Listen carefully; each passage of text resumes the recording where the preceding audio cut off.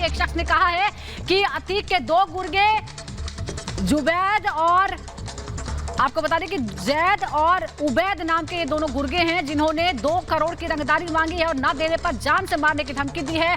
Police commissioner से मदद की गुहार लगाई है। मोहम्मद अख्तर नाम के शख्स ने 2 करोड़ की रंगदारी मांगने का आरोप है। इब्राहिमपुर में आरोप यह है कि जैद और उबैद नाम के 2 गुर्गे अतीक के जो हैं वो रंगदारी मांग रहे हैं 2 करोड़ की। तो 2 करोड़ की रंगदारी का पूरा मामला सामने आया है। हमारे साथ हमारे सहयोगी लोमस जुड़ गए सीधे प्रयागराज से। लोमस, जेल में है अतीक और पूरे परिवार पर शिकंजा कस रहा है, लेकिन उसके गुर्गे अभी भी नहीं मान रहे हैं। 2 करोड़ की रंगदारी मांगने का सामने आया, कैसे खुलासा हुआ? बिल्कुल विवेक, मैं आपको बता दूं कि जिस तरीके से अतीक अहमद अभी फिलहाल जेल में बंद है और अशरफ भी जेल में बंद है और उनका एक बेटा भी जेल में बंद है, लेकिन उसके बावजूद भी जो अतीक अहमद के गुर्गे हैं वो खुले में अभी घूम रहे हैं और लगातार जो प्रयागराज की जनता है उसको परेशान किए हुए हैं, लगातार रंगदारी मांग रहे हैं। और आपको याद होगा कि कल हमने एक वकील की कहानी बताई थी जहां पर उनसे 10 लाख मांगा जा रहा था, 10 लाख रुपए की उगाही मांगी जा रही थी और अगर उनको वो ना दें तो कहीं ना कहीं को वो गोली मार करके उनकी हत्या कर देंगे। और ऐसा ही एक नया मामला निकल के सामने आया है जहां पर मोहम्मद अख्तर से 2 करोड़ की रंगदारी मांगी जा रही है। हमारे साथ मोहम्मद अख्तर जी हैं खुद बात करने के लिए। मोहम्मद अख्तर जी, किस तरीके की रंगदारी मांगी जा रही है और क्यों आपसे ये रंगदारी मांगी जा रही है? सर, 2021 में जो है मेरी मां ने प्रधानी का चुनाव लड़ा था। जो चुनाव जो उबैद के ससुर जो है खिलाफ में थे, उबैद के ससुर चुनाव हार गए थे।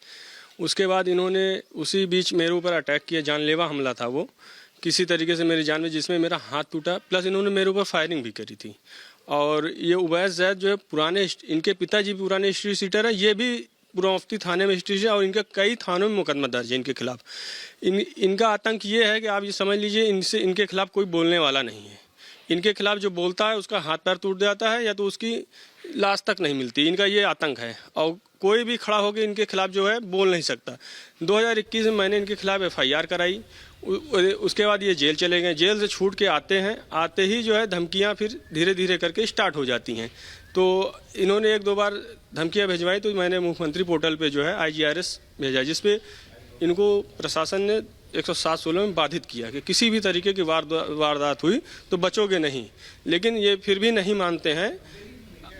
7 तारीख को जो है पिछले महीने जो है मेरे ऊपर दोबारा फिर से जानलेवा हमला कराते हैं, लेकिन मैं किसी तरीके से अपनी जान बचा करके क्योंकि मैं अपने घर के बगल की ज़मीन में मेरा एक कमरा बना हुआ उसी में बैठा था, जिसमें दोनों तरफ दरवाज़ा है। एक तरफ से दरवाजे से ये लोग इनके गुर्गे जो है उबैद जैद के जो जिनको भेजा था मारने के लिए, वो जो है एक दरवाजे से घुसते जैसे ही इनको मैंने देखा तो मैं दूसरे दरवाजे भाग आया अपने घर की तरफ। बिल्कुल जस्ट बगल का मामला है, 10 कदम का मामला है ये। तो किसी तरह जान बचा के आया। उसके बाद जो है इन्होंने जो है मैसेज जो है कई तरीके से कहलाया कि मुझको मेरा जो है तुम्हारे वजह से बहुत नुकसान हुआ है। प्रशासन ने मेरा नुकसान किया और ऐसे भी मैं जेल में रहा बहुत। किसने कहा आपसे? ये उबैद जैद ने कहा नहीं, और बहुत नुकसान हुआ है, तुमको मुझे 2 करोड़ रंगदारी देनी पड़ेगी। नहीं दोगे, तुम्हारे भाई हैं या तुम हो, कोई भी मिलेगा तो सीधे जान से जाएगा। और इनका आतंक आप पता कर लीजिए, इनके आतंक में कोई कमी। इनके पिताजी जो है 2002 में बस जलाई गई थी। अतीक अहमद के तरफ से ही इनके पिताजी थे जो इनको पुलिस ले भी गई, पकड़ के भी ले गई थी, ये जेल भी गए थे। ये भी इनके पिताजी भी हिस्ट्री सीटर है। इनका जो है मतलब पीढ़ी दर पीढ़ी हिस्ट्री सीटर ही ये रहते हैं और आगे की पीढ़ी भी इनकी हिस्ट्री सीटर ही जैसे इनकी करतूत है वो भी हिस्ट्री सीटर ही बनेगी। और ये जो है सुधरने वाले नहीं है। ये तो योगी जी सरकार का हाथ जोड़ के निवेदन है कि हमारी सुरक्षा की जाए। योगी जी सरकार जो काम कर रही है, मिट्टी में मिलाने के जो काम कर रहे हैं, इससे बेहतर सरकार, मेरी उम्र 30 साल है, 30 सालों में तो मैंने नहीं देखा है जो कि इनको जो मिट्टी मिलाने में काम कर रही, इससे अच्छी सरकार को मैंने नहीं देखा है। और जिस तरीके से उमेश पाल जी को दौड़ा के मारा गया, एक खौफ बना हुआ है क्योंकि वो वकील थे, एक वकील को मार दिया गया है और रोड पे खुलेआम मारा गया है। ये इस हादसे से जो है सब डर गए हैं। क्या अगर बात करें कि आपसे कभी पहले भी रंगदारी मांगी गई है, आपको पहले भी धमकाया गया, और किस माध्यम से, क्या केवल परिजन को बोला गया या फिर आपके सामने आकर के उन्होंने धमकाया आपको या फिर मोबाइल के जरिए भी आपको धमकी दी गई? ये व्हाट्सएप कॉल से जो है धमकी दी गई है और ये बहुत ही शातिर हैं। ये एक अभी बीच में जो मैं ज़मीन पे खड़ा था तो एक किसी को भेजा था, नाम इसका उस वक्त याद नहीं है, वो कस्टमर बन के आया था। उसने कहा कि पहले तो ज़मीन के बारे में पूछ रहा था तो मैंने बताया। उसने फिर अचानक एक किनारे मुझको ले गया, क्योंकि मेरे भाई भी साथ में रहते हैं, मैं अकेले निकल नहीं सकता हूँ। बगल की ही ज़मीन है, बिल्कुल घर के जस्ट बगल में है मेरे। तो मैं गया तो वो अकेले में जाके कहता है कि मुझे उबैद जैद ने भेजा है और कोई मनोज कुमार श्रीवास्तव हैं, उन्होंने भेजा है। तो उन्होंने कहा कि यार उनका नुकसान बहुत हुआ है, उनको 2 करोड़ रुपए दे दो। नहीं दोगे, जानते वो लोग किस तरीके के लोग हैं, उनका काम ही, उनका पेशा ही है। क्या इस तरह की घटना या इस तरह की रंगदारी मांगने वाली घटना आपके साथ पहले भी हुई है या ये पहला दफा है? ये लगभग जो है जब से जेल से छूट के आए हैं, किसी न किसी तरीके से ये जो है कंटिन्यू इनका जो है आतंक जारी है। रंगदारी मांगने का जब से छूट के आए हैं किसी न किसी तरीके से मैसेज भिजवाते रहते हैं। लेकिन हम लोगों ने, क्या ये अतीक के गुर्गे? बिल्कुल, ये अतीक की गुर्गे आप पता कर सकते हैं, मुझसे नहीं, इस इलाके से किसी भी पूछ सकते हैं।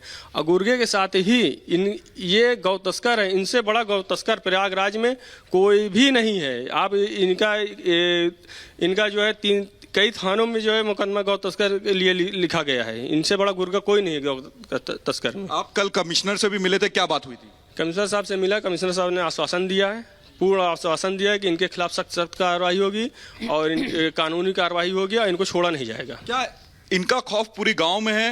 पूरे गांव में ही नहीं, अगल बगल के जितने भी गांव हैं इधर इस एरिया में, इनसे कोई इनके सामने कोई सर उठा के खड़ा नहीं हो सकता है। क्या कभी आपके सामने भी जो आरोपी है वो आया है, और कहाँ पे ये आरोपी? ये आरोपी जो है बगल के गाँव का ही अहमदपुर असरौली है। इसके पास कई गाड़ियाँ हैं, कब गाड़ी बदल बदल के निकलता है और साथ में असलहा भी लेके निकलता है। इसका भाई जो है साथ में रहता है और कई गुर्गे हैं इसके। एक ग्रुप है कौशाम्बी में, इसका ग्रुप D21 के नाम से जो है उसमें कई हैं, वो सब साथ में निकलते हैं और असलहे रख के निकलते हैं। तो हम लोग रोड पे नहीं निकलते हैं। गांव में आप किसी से भी पूछ सकते हैं कि हम लोग घर ही पे रहते हैं और कैमरे के सामने रहते हैं, क्योंकि ये हर किसी भी तरीके की वारदात कर सकते हैं, मार सकते हैं, फर्जी मुकदमे में फंसा सकते हैं। इनका कोई भरोसा नहीं। बता रहे थे आप कई दिनों से अपने घर से बाहर नहीं निकले डर के मारे। जी बिल्कुल, मैं जो है लगभग जो है 2-2.5-3 महीने से घर से बाहर नहीं निकल रहा हूँ। मैं अपने घर पर ही बैठता हूँ और कैमरे की नज़र में बैठता हूँ। किसी भी तरीके से कोई भी वारदात घट सकती है, बहुत डर है इस वक्त। और इनसे योगी सरकार से यही मेरी जो है कि मुझे सुरक्षा दी जाए। सुरक्षा नहीं दी जाएगी तो जिस तरीके से उमासपाल जी की हत्या करी गई है, किसी न किसी दिन मेरी भी हत्या कर देंगे ये लोग। FIR भी दर्ज करवाई है? जी FIR भी दर्ज, इनके खिलाफ 2 FIR दर्ज हो चुकी है। लेकिन इनका जो है सिलसिला रुकने वाला नहीं है। ये जो है इनको ये बाहर रहेंगे तो इनका आतंक जारी रहेगा। क्या आपके परिजनों को भी धमकी दी गई थी? आप कह रहे थे कि आपके परिजनों के माध्यम से भी आपको धमकी दिलाया गया। जी हमारे जो चिंतक हैं उनके जो है जरिए से भी धमकी दिलाई गई है कि यार उनको जाके समझा दो कि मेरा नुकसान हुआ है, वो दे दें, उनसे हम रंजिश ख़त्म कर लेंगे। नहीं तो फिर वो तो जानते हो क्या होगा उनके साथ, कितने के साथ हुआ है उनके साथ भी क्या होगा वो तुम देखोगे। क्या आपसे कोई डील करने की भी कोशिश की गई? 2 करोड़ नहीं तो कम ही दे दो? नहीं, 2 करोड़। बिल्कुल लोमस, आप बात करते रहिए क्योंकि यहाँ पर मामला बेहद संगीन है, गंभीर है। किस तरह से अतीक के